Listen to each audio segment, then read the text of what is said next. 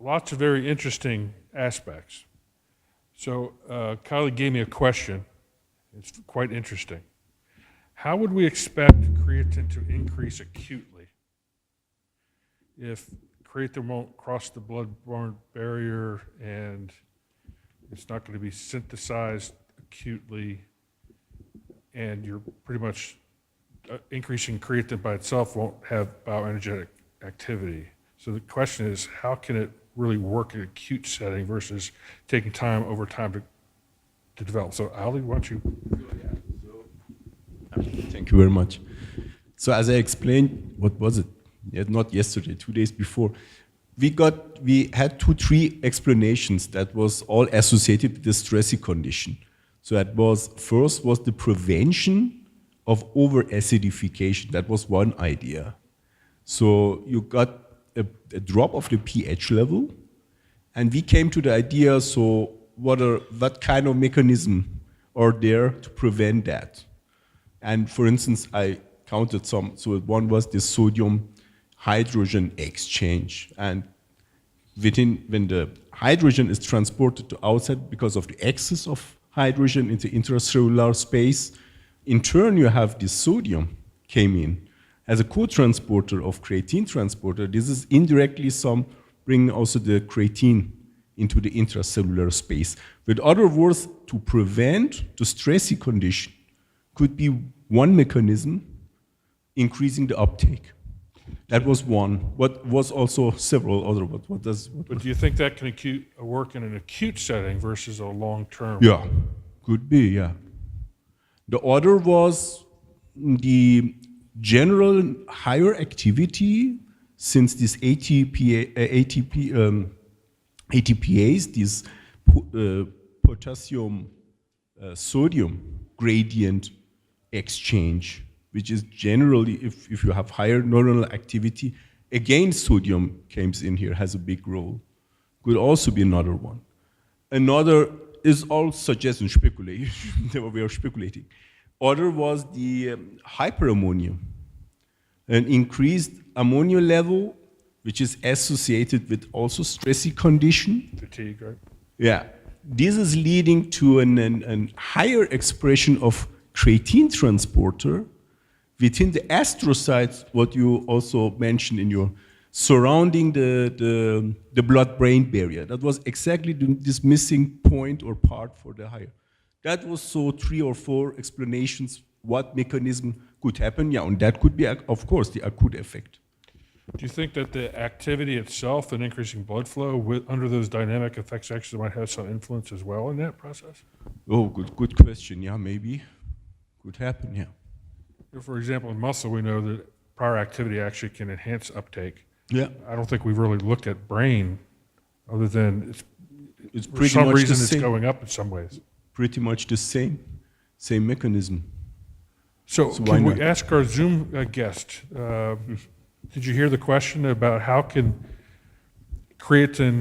exercise increase creatine content in the brain and have a metabolic activity if it can't cross the blood-borne barrier quickly?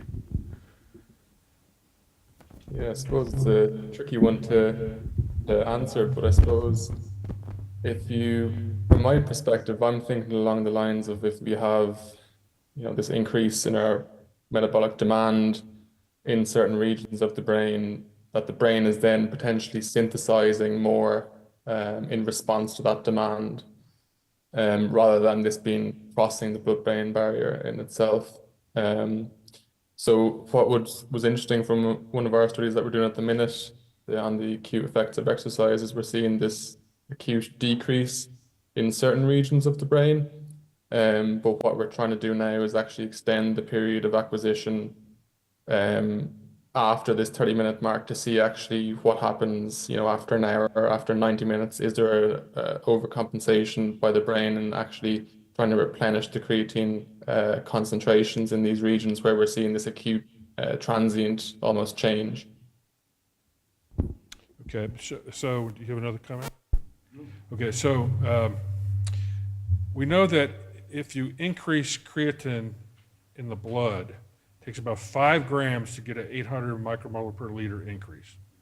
And if you go back to the initial literature, they felt that you needed to be 300 to 500 to help facilitate not only potentially a little bit of diffusion, but to actually get creatine transport uptake optimized. And so that's why we do 4 doses of 5 grams a day to try to maximize. We don't know what the level is in the brain, right? And you use 0.35 grams. Exactly. Which That is was like 25 grams. exactly. Right? That was the idea, to take a huge doses that in the case if the uptake is increased, that you are not losing on the other side to provide too less. Yeah, that was the idea. Did you measure creatine in the blood to know how high it went, by chance? No. That'd be pretty interesting Yeah, to look at. Because absolutely. the question is it kind of peak? Is it kind of accumulate over time? Rogers' data showed that if you gave several doses a day, it's not just go to 800 and back down, 800 and back. It can actually accumulate to be well over 1,000. And maybe that cumulative effect. Okay. So maybe we're not at the right dosages. I know we're studying 10 grams a day Exactly. in elderly. And interesting to consider also individually, as you told, for each person, particularly in the neurons, the response are totally variable. We have some non-responses. If you have bad luck, you get, I don't know, 20 subjects, 10 of them of non-responses, and then you get no results or no significant results at least. So it's also a critical issue. So another question from my perspective from the MRI, MRS type of response. In neurophysiology, brain folks, they can do blood flow variation, different methods of measure oxidation in the brain, and we know that's pretty dynamic. You start thinking you get oxygen and increased blood flow. Yeah, this How is much very variation is there from just Yeah, very good question. You have also consider you have the mitochondrial part, you have the cytosol. The interesting part is what you see mainly is from the cytosol, because the viscosity, the moving, the creatine, phosphocreatine, all these metabolites are much more mobile within your cytosol compared to mitochondrial. So there's this so-called correlation time. When the correlation time is too long between the metabolites, you have an immediate loss of your signal. The relaxation time is too short.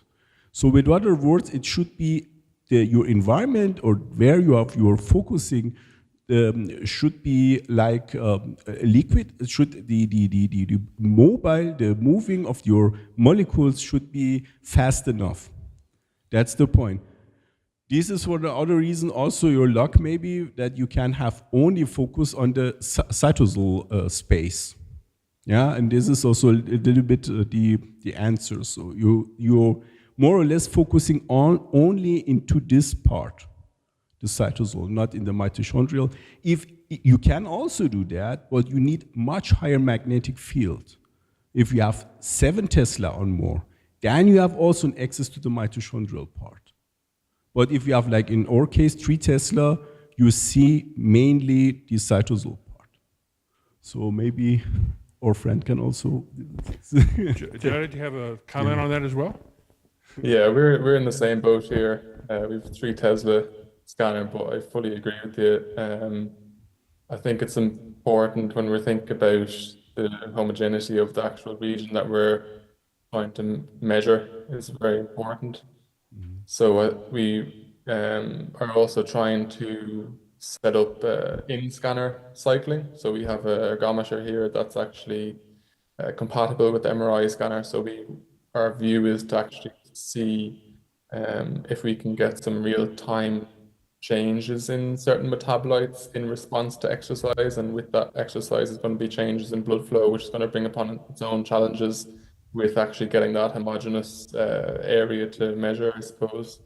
But certainly I agree with some higher magnetic fields at 7 Tesla, you get some additional value. So if you look at ATP, PCR, total creatine, different ratios, and you maybe combine functional MRI, that you might get a little bit more information on glucose and other things going on. Do you see that as a potential? A functional MRI is you have, as I told you, so longer relaxation time. It's not like fMRI. this neuronal activity, your time resolution is not that much. You have repetition times of 2 seconds, or as he told, 3 seconds, you don't have these changes in acute or very, very fast or in a high resolution, time resolution. So in other words, you have just in this long time range or comparison between 2 states, more or less. There are sequences, advanced sequences, where they try to have a higher time resolution, where you have, of course, similar fMRI. So you have these changes in 1 second or less of this phosphocreatine, ATP, and so on, a particular phosphocreatine, which is more sensitive.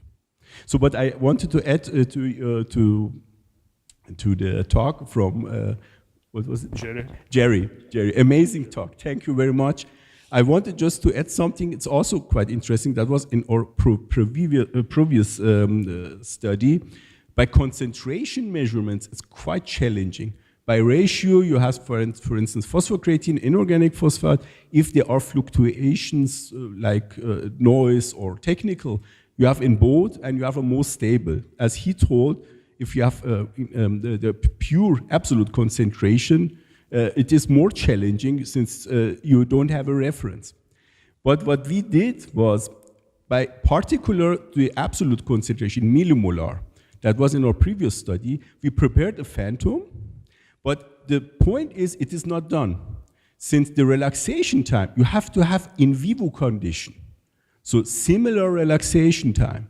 If you just take water, for instance, when you put phosphocreatine inside or ATP, it has an absolutely other relaxation time than the in vivo condition. So with other words, if you have a repetition time of, for instance, 3 seconds, you have maybe, you should expect a much higher signal within your water comparing to your brain. So with other words, we put ingredients inside like gadolinium to shrink the relaxation time. We adjusted. So we played we changed the concentration of gadolinium until we got exactly the same relaxation time like in vivo. And if you reach this point, then you can, of course, do 2 measurements, which we did, in vivo and phantom, and then you can do a comparison and say, okay, here, guys, we have here 3.1 millimolar, for instance, for ATP or something. That was maybe, I don't know, was also something which I wanted to add, so just as an experience for absolute consideration. Okay, let me shift gears a little bit off the MRS. Let's get to design. We've been playing around and doing a number of studies on cognitive function under different stressors, whether it's e-gaming, whether it's before and after exercise. And I'm also an exercise physiologist, so I had to rely on a lot of our psychological colleagues that understood exercise, but also understood what each instrument and each type of test can tell you. And so we've actually developed a cognitive menu of things that look at executive function and memory and all these different things. So I want to get a response from our speakers today. Is there a few tests that should be standardized or recommended for standardization to look at different aspects of cognitive? Because not all cognitive function is the same. Not all tests tell you the same thing. Yes. I think that's an excellent question. Memory, short-term and long-term memory, I think should be standard, as standard as we measure muscle strength in our exercise physiology type studies. There's a danger of using a menu and measuring 10 different aspects of cognitive function, and one of them works and 9 of them don't. Is that a significant finding or just an accident?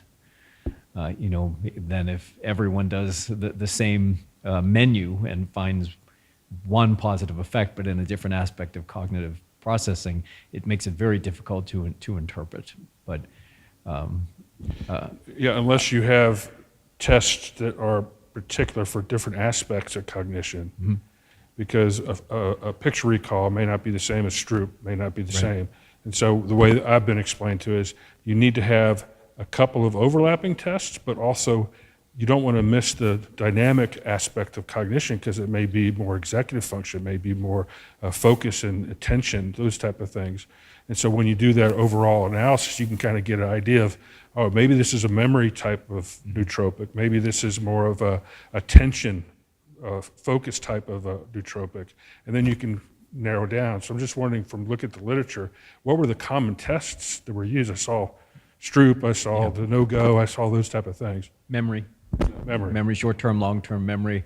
And I would add that your primary outcome is likely different if you're studying older adults and I'm studying sleep-deprived pilots.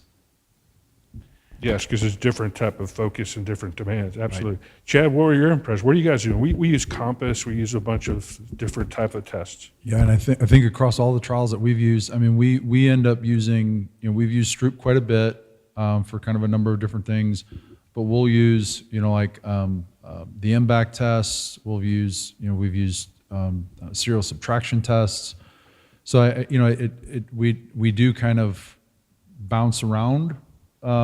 Just to try to capture just a little bit, I guess, paint with a wider paintbrush in terms of some of those different things. But, as I'm sitting here listening to the conversation, I think, is that an element where, we have these aspects of interventions that have been derived from sport nutrition or performance nutrition, kind of related questions that now start to overlap into cognitive science or neuroscience. And there's certainly some things that we would need to kind of check in on. The point's well taken, I think, really from both sides, because I can see the advantage of having a menu. You do those measurements time and time again, and you start to build up kind of a better idea of how different populations are responding under different dosing protocols, under different designs. But I also understand your point too, that if you're constantly measuring the same tests, if you've got different populations, does there need to be some elemental flexibility? Quite honestly, that's probably a pretty relevant, almost like a methods review paper, to just try to kind of point that out in terms of to help try to provide some guidance in terms of how what types of decisions should we be considering. So might suggest, as you guys are working on this paper, to include what tests were done, so people know if it's, the different, whether it's the choice reaction test or, psychomotor function test, whatever it might be.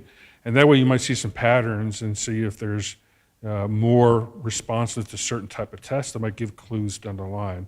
Because I can tell you that one we thought we weren't going to use again, because in like 5 different nootropic studies, really didn't see much, is popping on creatine.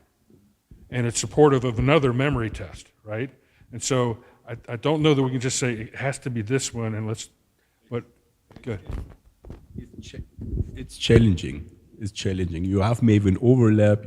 Minimum what you can do is minimum to maintain the order, not change. Do first reaction test, then the memory, and then the next session, vice versa. That is the minimum. And then also for every subject, the mode, we have this so-called PANAS questionnaire. Mm-hmm. This is absolutely essential because because some are angry, some relaxed, and so on and so forth. If you have within all your subjects significant differences, you have to be careful. Could also be just the mode of the one subject. So you have at least to fulfill this similar condition, maintain as good as possible at least. But the rest is quite challenging, yeah. So then the other frustration or challenges we've looked at is we'd ideally like to do MRS spectroscopy on everybody several times, but as was pointed out by Eric, it's extremely expensive. And you have to compete with magnet time for clinical trials that are paying 3 or 4 times more or actually getting insurance reimbursement for their time, right? So it's not even trying to get the subjects at late night, early mornings and stuff, it's not very convenient. So is doing a subset enough and then doing larger studies on the larger, easier administered cognitive function tests and health measures, is that one approach that could be work? Or is it what Eric was mentioning, is maybe do some very controlled case studies to see how some acute changes may affect? Is that an approach? I think so.